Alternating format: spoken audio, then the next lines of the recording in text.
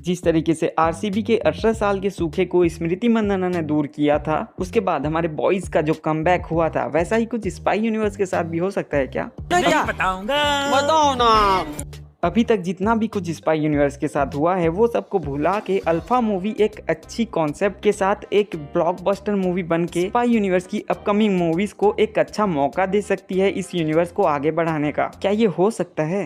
No means no. Spy universe complete recap before alpha movie.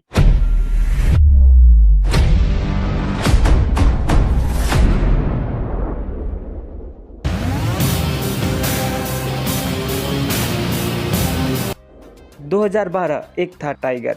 सबसे पहले मिलते हैं रॉ एजेंट टाइगर और आईएसआई एजेंट जोया से। कहानी शुरू होती है रॉ का सबसे डेंजरस एजेंट, नाम अविनाश सिंह राठौड़, लेकिन दुनिया उसे जानती है टाइगर के नाम से। टाइगर को डब्लिन भेजा जाता है एक प्रोफेसर पर नजर रखने के लिए। मिशन सिंपल था, प्रोफेसर को देखना, रिपोर्ट भेजना और घर आ जाना। लेकिन टाइगर की लाइफ में एंट्री होती है जोया की। जैसे हर लड़का प्यार में पड़ने के बाद चूतिया हो जाता है, वैसे अपने भाई भी गारिंग टेक राधे भैया गए काम से, भैया फंस गए बामुन की लड़की के चक्कर में।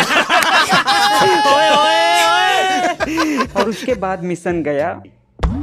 यही ट्विस्ट आता है कि पता चलता है रोया निकली आईएसआई की एजेंट, मतलब रॉ का लड़का और आईएसआई की लड़की। ये लव स्टोरी देख के ही हमें स्पाई यूनिवर्स का फ्यूचर समझ जाना चाहिए था। दोनों एजेंसीज को धोखा देकर भाग जाते हैं। टाइगर और जोया दुनिया को बोलते हैं चल चल चल चल। 8 साल बाद टाइगर फैमिली बना चुका है, सब कुछ पीसफुल चल रहा है। तभी इराक में टेररिस्ट हॉस्पिटल को कैप्चर कर लेते हैं और अंदर इंडिया पाकिस्तान दोनों की नर्स फंसी हुई होती हैं। रॉ टाइगर को वापस बुलाता है, आईएसआई जोया को भी वहां भेज देता है। दोनों मिलकर नर्स को बचा लेते हैं और मिशन के बाद फिर से दोनों गायब हो जाते हैं।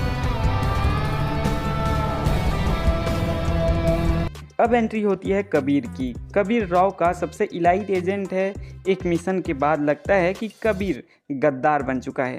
रॉ उसको रोकने के लिए उसी के स्टूडेंट खालिद को भेजती है। पूरी मूवी में खालिद वर्सेस कबीर चलता है, लेकिन क्लाइमैक्स में हमें पता चलता है कि कबीर गद्दार नहीं था, वो असली विलन तक पहुंचने के लिए अंडरकवर गेम खेल रहा था। और लेट मी टेल यू, अभी तक स्पाई यूनिवर्स जैसा कुछ एग्जिस्ट ही नहीं करता था, यानी कि टाइगर और वॉर किसी भी तरीके से कनेक्टेड नहीं थे। अब एंट्री होती है पठान की और इस मूवी में जो विलन था जिम, वो भी एक्स रॉ एजेंट था। जिम इंडिया पर बायोलॉजिकल अटैक करना चाहता था। पठान उसे रोकने निकलता है और यहीं आता है स्पाई यूनिवर्स का सबसे बड़ा मोमेंट, टाइगर का कैमियो। जब पठान फंस जाता है तब टाइगर आता है और उसकी हेल्प करता है। ये पहली बार था जब दो स्पाई यूनिवर्स के हीरो एक साथ दिख रहे हों। और इसके बाद हमें कंफर्म हुआ है कि स्पाई यूनिवर्स ऑफिशियली एग्जिस्ट करता है।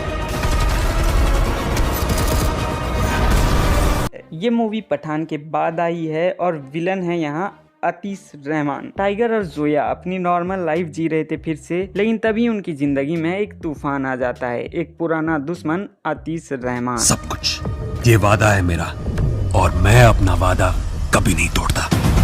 अतीश का प्लान बहुत खतरनाक होता है। वो पाकिस्तानी सरकार को गिराकर वहाँ मिलिट्री कॉप करवाना चाहता है और इंडिया पाकिस्तान के बीच जंग जैसी सिचुएशन बनाना चाहता है। लेकिन अपनी प्लान को सक्सेसफुल बनाने के लिए वो एक ऐसी चाल चलता है जिसमें पूरी दुनिया को लगे कि टाइगर देशद्रोही है। और इसी के चलते टाइगर के पीछे सिर्फ दुश्मन नहीं, उसी के लोग भी पड़ जाते हैं। एक तरफ अपने आप को सही प्रूव करने की लड़ाई और दूसरी तरफ लाखों लोगों को बहुत बड़ी तबाही से बचाने की लड़ाई। टाइगर और जोया मिलकर अतीश के नेटवर्क तक पहुंचते हैं और उसके पूरे प्लान का पर्दाफाश करते हैं। और इस यूनिवर्स का सबसे आइकॉनिक सीन टाइगर पठान वाला को ये लोग रिपीट करने की कोशिश करते हैं टाइगर 3 में, लेकिन हक दिया।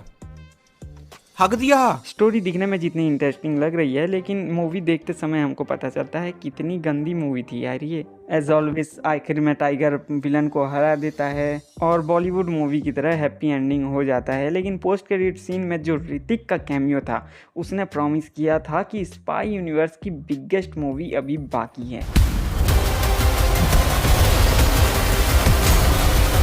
वॉर मूवी के बाद कबीर एक सीक्रेट अंडरकवर मिशन पर होता है। दुनिया और रॉ को लगता है कि वो देशद्रोही बन चुका है, लेकिन असल में वो काली सर्टल नाम से एक डेंजरस टेररिस्ट नेटवर्क है, उसको अंदर से खत्म करने की कोशिश कर रहा होता है। कबीर को रोकने के लिए रॉ अपना बेस्ट एजेंट विक्रम को भेजता है। दोनों के बीच डेंजरस फाइट सीक्वेंस होते हैं, माइंड गेम्स चलते हैं और बाद में पता चलता है कि कबीर एक बहुत बड़े मिशन पर था जिसमें काली सर्टल इंडिया के खिलाफ सबसे बड़े साजिश रच रहा है। क्लाइमैक्स में विक्रम और कबीर दोनों मिलकर सर्टल के प्लान्स को फेल कर देते हैं और देश को बचा लेते हैं। टाइगर और पठान के बाद लोगों को लगा था कि वॉर 2 मूवी जो है वो यूनिवर्स को एक्सपेंड करेगी, लेकिन मूवी में ज्यादा पार्ट में कबीर और विक्रम की पर्सनल स्टोरी पे फोकस किया जाता है। इसी वजह से कई फैंस को लगता है कि वॉर 2 मूवी यूनिवर्स को एक्सपेंड करने की बजाय उसके मोमेंटम को और भी ज्यादा खराब कर देती है।